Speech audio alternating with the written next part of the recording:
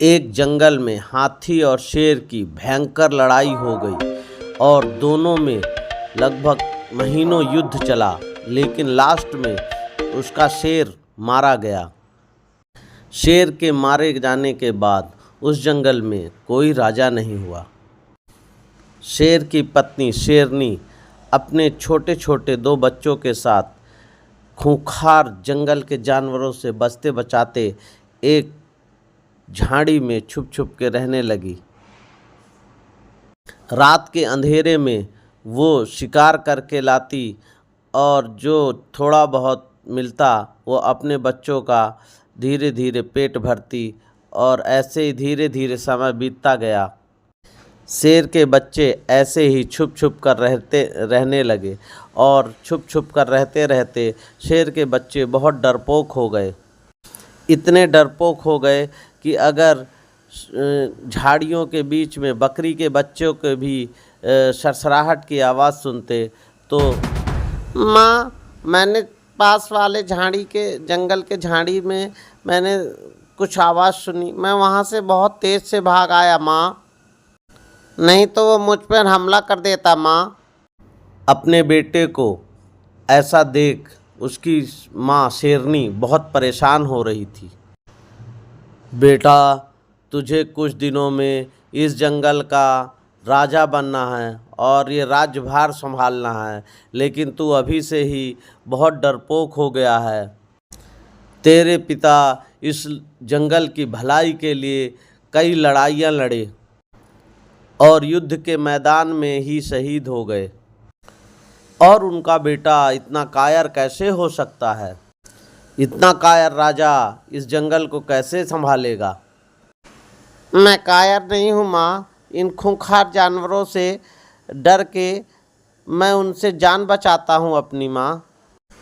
हे भगवान! समय धीरे धीरे बीतता, शेरनी और उसके बच्चे एक जंगल में गुजर रहे होते हैं तो एक झाड़ी के पास से उनके शियार के बच्चे की रोने की आवाज़ सुनाई देती।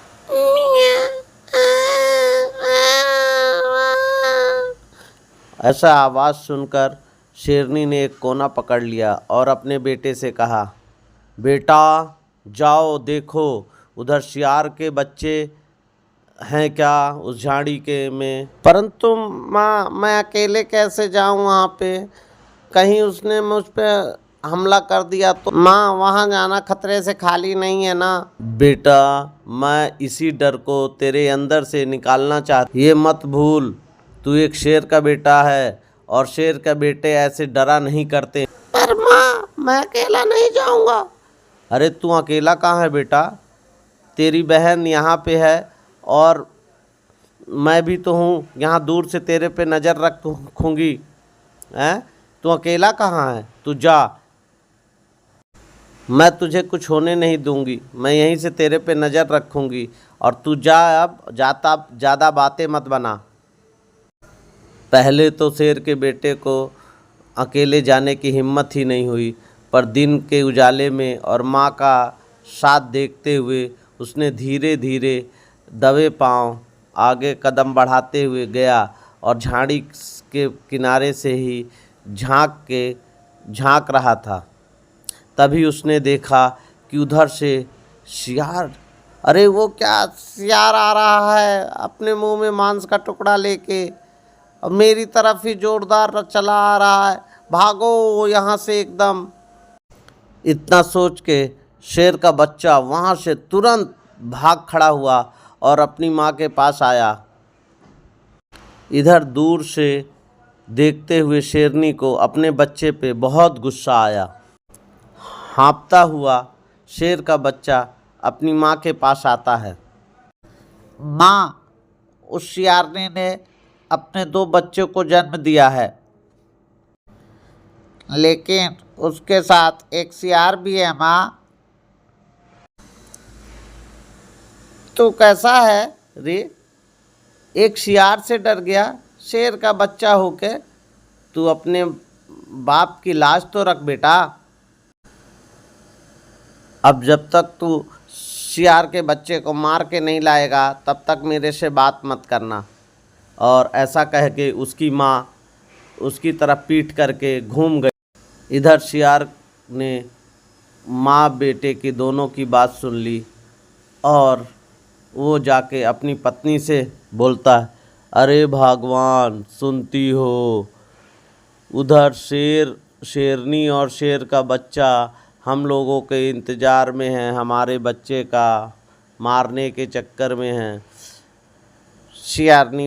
तब सियारनी बोलती है, ठीक है भगवान रुको, आज रात हम लोग जग के किसी तरह बिताते हैं, कल सुबह कुछ तरकीब निकालेंगे। सुबह पहली सूरज की पहली किरण के साथ सियार का दिमाग काम करता है और इधर शेर का बच्चा इधर उधर घूमते हुए ताक में बैठा रहता है कि सियार कब घर के बाहर जाए और वो जाके अपनी माँ को खुश करे सियार के बच्चे को मारकर।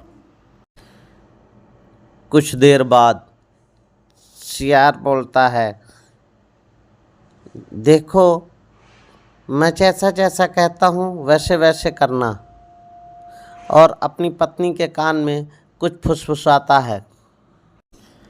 अगर हमारी चाल कामयाब हो गई तो हमको शेर से छुटकारा मिल जाएगा। ऐसा करके वो झाड़ी के बाहर जाके खड़ा हो जाता है। तब सियारन ने अपनी बच्चों को रुलाना शुरू किया।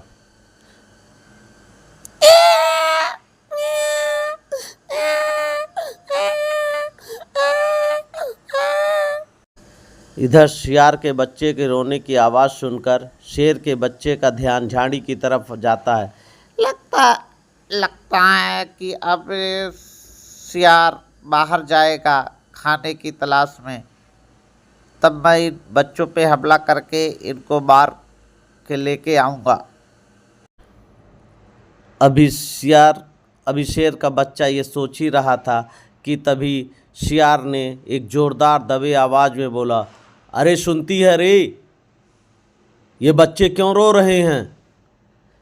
अरे जो कल आप शेर के बच्चे का मांस लाए थे वो बासी मांस हो गया है, ये लोग बोल रहे हैं अब हमको ताज़ा मांस चाहिए, बताओ कहाँ से लाओगे? ठीक है रुको, मैं आसपास में देखता हूँ, कोई शेर मिल जाता है तो उसको मैं मार के लेके आके देता हूँ, तब तक इन लोगों को चुप रखो। अब क्या था, इतना सुनते ही शेर का बच्चा ये गिरते पड़ते इतना बेतहाशा तेज़ से भागा और वो रुकना भागते भागते दूसरे जंगल में जा पहुंचा। पीछे पीछे उसकी माँ भी